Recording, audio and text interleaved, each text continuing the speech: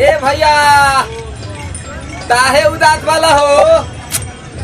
का कोही रे देखना बड़ी लाइन लागल बा। लाइन लगल बा तो दा ना तू है भिरिया में दल चढ़ा दो। उजा जल चढ़ता कि भांग चढ़ता? था बुझ गई नी यही थे थावन में बाबा बाबुलाई लहलन। अरे तो एक कोनो उपाय बा? बानू इनता ते दो थल दली पियावे ते परी। का रे? अब थू ना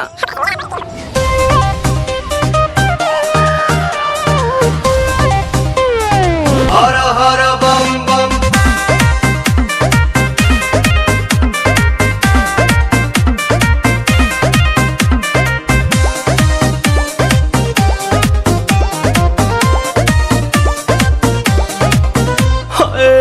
टेंशन में रहतानी काहे भोले दानी अभांगा जा छोड़ दी साफा लइकन के कहल मानी ताजा ताजा लाइल बानी अखिया खोली देख ली ना पीली पुदीना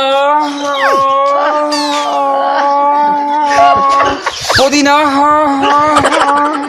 पीली पुदीना पीली पुदीना सावन भरही असो भगिया के बिना। रे बबिया ना पिहन का रे? लोता ना भैया हम पियावा तनी। हाँ हाँ पिया।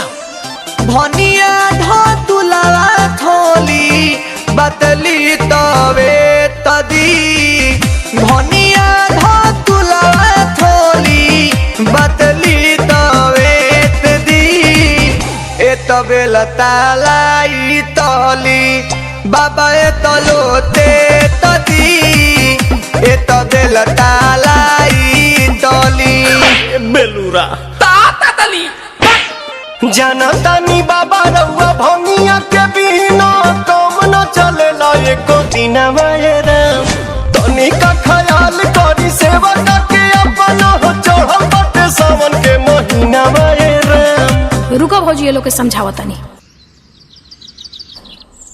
अले दादा अरे झूठो के भीड़ बाड़ा कइले हो सभे के बाड़ा झुरइले हो। झूठो के भीड़ बाड़ा कइले हो सभे के बाड़ा झुरइले हो।